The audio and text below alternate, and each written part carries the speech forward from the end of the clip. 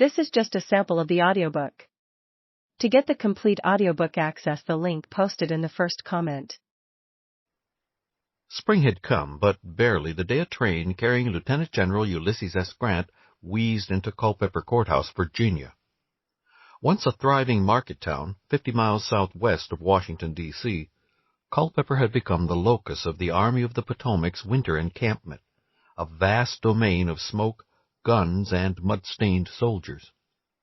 A chill afternoon downpour washed away the last of the winter snow. It was March 25, 1864. The war was edging into its 4th year. Grant emerged from the train without fanfare, looking more like a headquarters clerk than the general-in-chief of the Union armies. He cultivated a phlegmatic air, low-key, not austere but immensely reserved.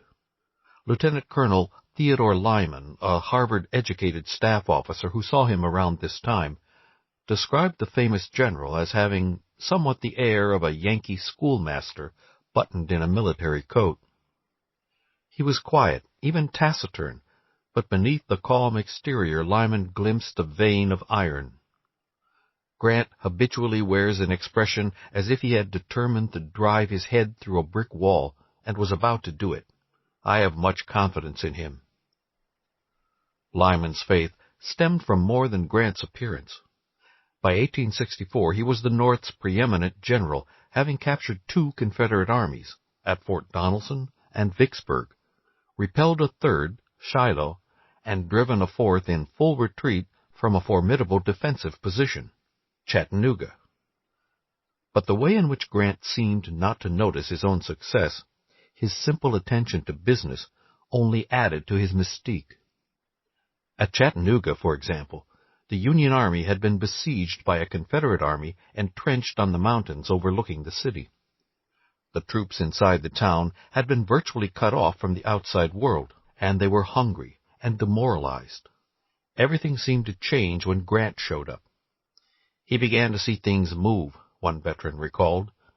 We felt everything came from a plan. He came into the Army quietly, no splendor, no airs, no staff. He used to go about alone. He began the campaign the moment he reached the field. Within weeks, Grant had organized the counterpunch that broke the Confederate Army's grip on Chattanooga and sent it reeling into Georgia.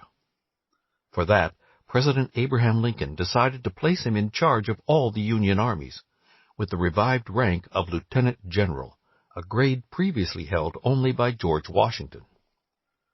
Grant was not quite 42 years old when he became General-in-Chief. He replaced 49-year-old Henry Wager Halleck, who had assumed the post in July 1862 after presiding over a notable string of Union victories in the Western Theater. Halleck was not sorry to relinquish the job. As General-in-Chief, he had adopted the principle that he ought not give field commanders specific instructions.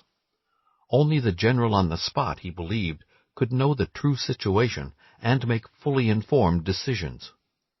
For that reason, he usually stopped short of giving direct orders, much to Lincoln's dismay. On one occasion, when Halleck refused to tell a subordinate what specific course to take, the President erupted. "If in such a difficulty as this you do not help, you fail me precisely in the point for which I sought your assistance." Halleck refused to bend, and instead offered to resign in light of the very important difference of opinion that divided them. Lincoln grudgingly withdrew his complaint, but thereafter regarded Halleck as merely a first-rate clerk. After Grant took over, Halleck stayed on as Army Chief of Staff, a position which, wisecracked one general, was very much like a fellow marrying a woman with the understanding that he should not sleep with her. But Halleck did not mind. He continued to function much as he had done previously, coordinating the vast military administrative responsibilities of the War Department and Army headquarters. Grant, unlike his predecessor, had few qualms about giving subordinates precise direction. Indeed, his conception for the coming campaign of 1864 depended upon the activist command style.